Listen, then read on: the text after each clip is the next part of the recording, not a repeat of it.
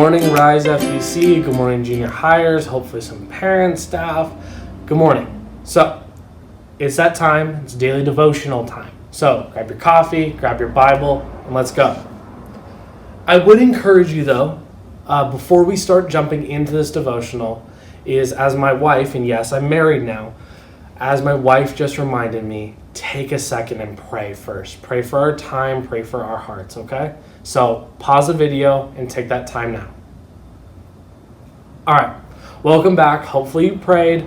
Now let's jump into the Word. We're going to go back into Proverbs. If you haven't already seen our devotionals in the book of Proverbs, I'd encourage you to go back, listen to those. They're amazing. But now we're getting to Proverbs chapter 4, okay? What we're going to do is we're going to read through Proverbs chapter 4, and then we'll talk about a few things, okay? All right, Proverbs chapter 4, starting in verse 1. You ready? All right, here we go. Hear, O sons, a father's instruction, and be attentive that you may gain insight, For I give you good precepts. Do not forsake my teaching. When I was a son with my father, tender, the only one in the sight of my mother, he taught me and said to me, let your heart hold fast my words. Keep my commandments and live. Get wisdom, get insight. Do not forget and do not turn away from the words of my mouth. Do not forsake her, and she will keep you. Love her, and she will guard you. The beginning of wisdom is this. Get wisdom, and whatever you get insight. Praise her highly, and she will exalt you. She will honor you if you embrace her. She will place on your head a graceful garland. She will bestow on you a beautiful crown. Hear, my son, and accept my words, that the years of your life may be many. I have taught you the way of wisdom. I have led you in the paths of uprightness. When you walk, your step will not be hampered. And if you run, you will not stumble. Keep hold of instruction. Do not let it go. Guard her, for she is your life. Do not enter the path of the wicked, and do not walk in the way of the evil. Avoid it. Do not go on it. Turn away from it and pass on. For they cannot sleep unless they have done wrong. They are robbed of sleep unless they have made someone stumble. For they eat the bread of wickedness, and they drink the wine of violence. But the path of the righteous is like the light of dawn, which shines brighter and brighter until full day. The way of the wicked is like deep darkness. They do not know over what they stumble. My son, be attentive to my words. Incline your ear to my sayings. Let them not escape from your sight. Keep them within your heart. For they are life to those who find them, and healing to all their flesh. Keep your heart with all vigilance, for from it flow the springs of life. Put away from you crooked speech, and put devious talk far from you. Let your eyes look directly forward, and your gaze be straight before you. Ponder the path of your feet, then all your ways will be sure. Do not swerve to the right or to the left. Turn your foot away from evil. Proverbs chapter 4, that's it. So I want to highlight a few things here. This is really going to be a great insight to, honestly, personally, why Proverbs is so important. We see this instruction from a father, this fatherly wisdom or wise instruction or whatever you want to call it about what to do in your life, what to do with wisdom. So I want to highlight a few things, and we're just going to kind of jump verse to verse. And I would encourage you, and we'll come back to this in a second, but I would encourage you that as I'm talking here, heed the advice of verse 20. Incline your ear to my sayings. Incline your ear to what the word has. Tune in, let's go, ready? So some of the things that I see is we talk about wisdom, and wisdom is this insight, this way to live life in a, wise way. And what is being said is like, we have these good precepts in this book these good teachings, and we're called to not forsake them. Don't let go of them. Hold on to them and remember them. But then look at verse 4, and we're going to look at 5 as well. Let your heart hold fast my words, keep my commandments, and live. How awesome is that? That what we're supposed to do is hold fast to this book, hold fast to the wisdom that's being shown here, and keep the commandments. And from that we live. Get wisdom, get insight, do not forget, and do not turn away from the words of my mouth. This is so cool to me, because as someone who can struggle with this, is like, really? What we're going to do with wisdom is go get it. Go get it. Go get the insight. Go get this knowledge and turn that into wisdom, and don't forget it. Don't turn away from it. He even goes on to say that in verse 6 that we're not supposed to forsake it, but we're supposed to keep it, and we're supposed to guard it, which is really interesting. You see this theme of guarding it. Like, think of like a Roman guard or a soldier. They're protecting it. Protect the wisdom, protect the words in this Bible, and hold on to them just like a father protects a child. Let's keep going. Verse 7. I love this. The beginning of wisdom is this. Get wisdom, and whatever you get insight.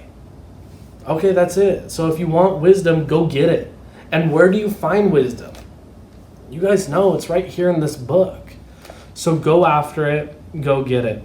And prize her highly. Prize this wisdom, prize this book, prize insight highly.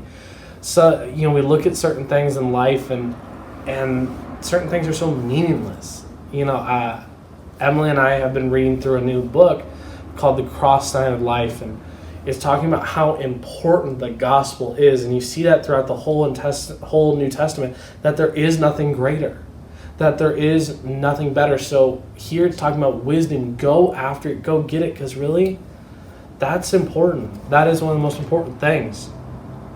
Jump down with me, if you can, to verse 13.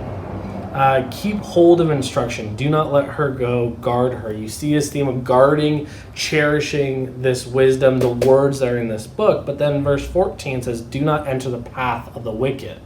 Why? Because they walk evil. And we're told to avoid them. Avoid it. So those bad influences at school, bad programs, bad music. I know it's something I fall into, is like I like this music, but when it's got cursing, it's talking about these things, like the lyrics are going to affect you. So don't walk with them. Don't walk down that path, because once you start going, it makes it harder. And these are the people that it says that they can't sleep unless they do wrong to someone. So I'd encourage you is follow the path of the wise. Look at your staff leaders. Look at the people who are living for Christ. Look at the elders. Some of your parents are that way too, that they're living for Christ. They're living to be wise in Christ, knowing what's important. They're following the instruction in this book. As we keep going on this, you keep seeing how bad it is to walk the way of the wicked. It's like deep darkness to them.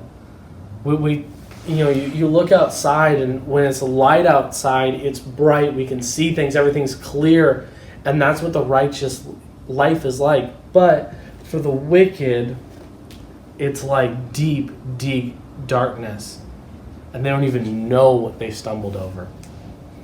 So let's kind of wrap this up. I want to talk through a few more things coming to the end of the book. He gives some really specific instruction. But remember again that this Bible, we're supposed to incline our ears. Incline our ears to this Bible. Be attentive to him. So that's an encouragement to you guys, is while we're in quarantine, while schools, whatever it is, incline your ears, fill your time with this book. That's what I'm trying to do. I want to grow, and I want to be wiser. So tune your hearts and cherish this Bible. It's an important thing. Hold it close to your heart. And then also it says that it is the spring of life. This Bible is where life is found. Not death, not something in between, but it's life. Life is here. So go after it. Then it ends with some just kind of punches, at least to me. Put away your crooked speech. Well, okay, I struggle with my tongue. It's a tough thing sometimes when we listen to messages, which we'll hear about the tongue.